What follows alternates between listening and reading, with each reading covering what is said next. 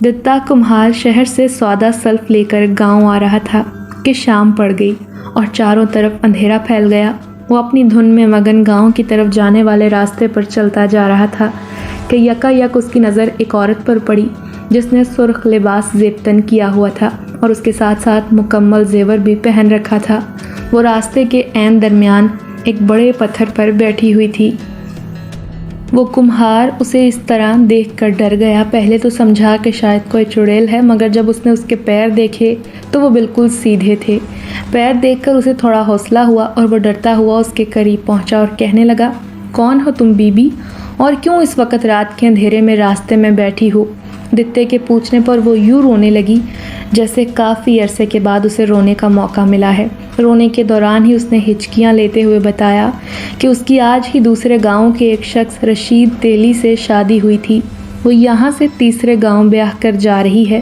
راستے میں چلتے ہوئے وہ تھک گئی اور مزید پیدل چلنے سے انکار کر دیا، جس کی وجہ سے اس کا شوہر واپس گاؤں لوٹ گیا تاکہ سواری کا بندوبست کر سکے۔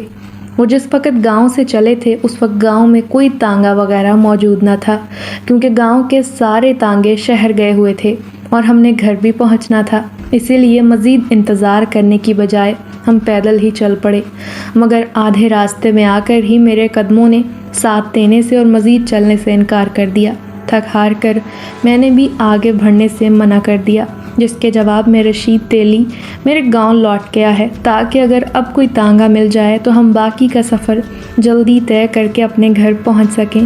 لیکن رات کا اندھیرا پھیل چکا ہے اور اس کا دور دور تک کچھ پتہ نہیں، اور اب مجھے رات کے اندھیرے میں خوف محسوس ہو رہا ہے۔ اسی لیے اگر تم مجھے اپنے ساتھ اپنے گھر لے چلو تو تمہاری بڑی مہربانی ہوگی، بڑا احسان ہوگا۔ صبح ہوتے ہی مجھے اپنے گاؤں کے کسی آدمی کے ساتھ میرے گاؤں بھجوا دینا، میں کبھی تمہارا یہ احسان نہیں بھولوں گی، اس نے التجائیہ لہجے میں کہا۔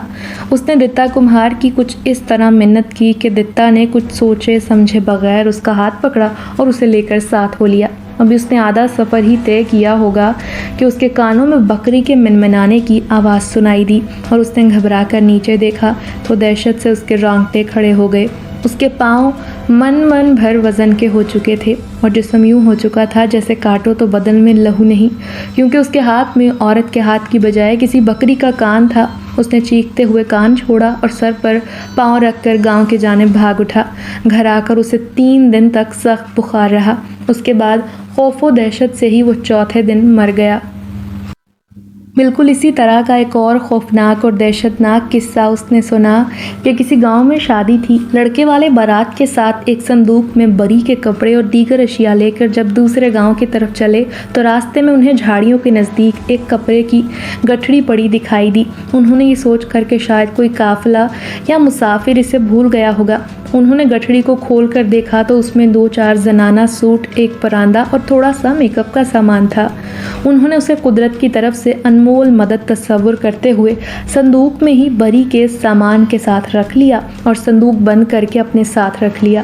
گاؤں پہنچ کر انہوں نے رسومات سے فارغ ہو کر جب تمام عزیز و اقارب کے سامنے بری کے کپڑے کھول کر دکھانا چاہے تو یہ دیکھ کر موقع پر موجود تمام افراد چیختے چلاتے شادی کے گھر سے یوں بھاگے جیسے صندوق میں انہوں نے اپنی موت دیکھ لی ہو۔ صندوق میں ایک چھوٹے انسانی بچے کی لاش رکھی تھی جس کے جسم سے خون بہہ رہا تھا، اور وہ صندوق تقریباً آدھے سے زیادہ خون سے بھرا ہوا تھا اور خون کا رنگ یوں لگ رہا تھا جیسے گوشت کو دھوتے وقت نظر آتا ہے۔ آنن پانن وہ سارا گھر عورتوں، بچوں اور بوڑھوں سے خالی ہو گیا۔ خود دلہن یہ منظر دیکھ کر بے ہوش ہو کر مسحری پر گر گئی۔ دلہا نہ جانے کب کا بھاگ کر واپس اپنے گاؤں جا پہنچا تھا۔ بعد میں گاؤں کے لوگوں کو جب حقیقت کا پتہ چلا تو ان میں سے 2 جوان ہاتھوں میں کلہاڑیاں لے کر دلہن کو لینے کے لیے اندر گئے تو واپسی میں ان کے ساتھ دلہن کی بجائے وہی صندوق تھا جس میں تمام کپڑے اور دیگر سامان جو کا توں دھرا تھا۔ دلہن ابھی تک بے ہوش تھی۔ انہوں نے جب اس کے گھر والوں کو تمام بات بتائی تو ان کی جان میں جان آئی کہ ان کا واسطہ چھلاوے سے پڑ گیا تھا، اور پھر بعد میں انہوں نے دیگر رسومات ادا کر کے دلہن کو ہوش دلا کر رخصت کیا۔ اسی طرح کا ایک اور واقعہ میرے ایک عزیز سعید احمد کے ساتھ پیش آیا جو شہر میں سنار کا کام کرتے تھے۔ ان کے کہنے کے مطابق ایک روز انہیں دکان پر کام کی زیادتی کی وجہ سے گھر لوٹنے میں دیر ہو گئی۔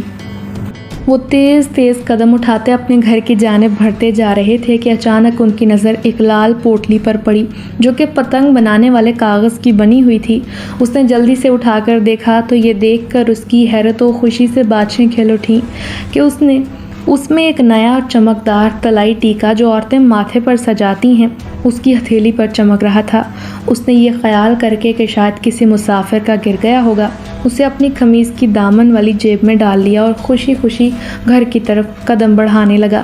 اب اسے یہ فکر ستانے لگی کہ کہیں راستے میں کوئی چور اچکا نہ مل جائے۔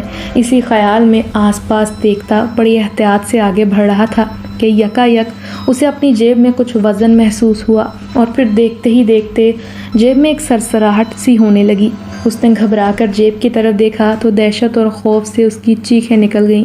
اس کی جیب کے سوراخ سے ایک سفید دھاری دھار سانپ اپنا پھن باہر لٹکائے جھول رہا تھا۔ اس نے چیختے ہوئے جیب کو دائیں ہاتھ کی مٹھی میں پکڑا اور بائیں ہاتھ سے اپنی قمیض اتار کر دور پھینک دی اور گھبراہٹ میں اندھا دھند گھر کی طرف جانے والے راستے پر دوڑنے لگا۔ ابھی اس نے آدھا سفر ہی طے کیا ہوگا کہ اس کا کزن ندیم احمد جو اس کی تلاش میں دکان کی طرف ہی آ رہا تھا، اسے یوں بھاگتے آتے دیکھ کر اس نے بھی اپنی رفتار بڑھا دی اور جیسے ہی وہ گھوم کر اس کے سامنے آیا، سعید احمد ایک فٹ بال کی طرح اس کے سینے سے ٹکرایا اور بے ہوش ہو کر اس کی باہوں میں جھول گیا۔ گھر لا کر اسے ڈاکٹر کو چیک کروایا۔ اس نے کچھ انجیکشن وغیرہ دے کر کہا کہ شاید انہوں نے کوئی خوف زدہ کرنے والی شے دیکھ لی ہے، اسی لیے اس کی قوت برداشت جواب دے گئی ہے۔ میں نے انہیں کچھ انجیکشن لگا دیے ہیں، کچھ دیر تک ہوش آ جائے گا۔ اور واقعی ڈاکٹر کے کہنے کے مطابق اسے چند لمحوں بعد ہوش آ گیا اور ہوش میں آنے پر اس نے تفصیل سے سارا قصہ سنایا تو گھر کے افراد یہ سن کر ہنسنے لگے۔ وہ سمجھ گئے کہ موصوف کو کسی چھلاوے سے واسطہ پڑ گیا تھا۔ دوستو، یہ واقعات آپ کو سنانے کا مقصد یہ ہے کہ اگر آپ میں سے کسی کے ساتھ بھی کوئی ایسا واقعہ پیش آ جائے تو ہمیشہ ہمت اور حوصلے سے کام لے اور قرآنی آیات کا ورد کریں تاکہ اس قسم کی شیطانی چیزوں سے بچا جا سکے۔ ان واقعات میں چونکہ ان لوگوں کا واسطہ پڑا جو کہ کمزور دل اور ڈرپوک قسم کے تھے، اسی لیے سوچنے سمجھنے اور عقل سے کام لینے کی بجائے خوفزدہ ہونے پر اکتفا کرتے رہے، اسی لیے وہ نقصان اٹھاتے رہے۔ بھارت سے ہجرت کر کے پاکستان آنے والے بڑے بوڑھے آج بھی اس عجیب و غریب مخلوق کا ذکر کرتے ہیں۔ جوانی میں وہ خود کئی بار ان کا نشانہ بن چکے تھے۔ شاید آج بھی بھارت کے کسی علاقے میں اس مخلوق کا وجود ہو، واللہ عالم۔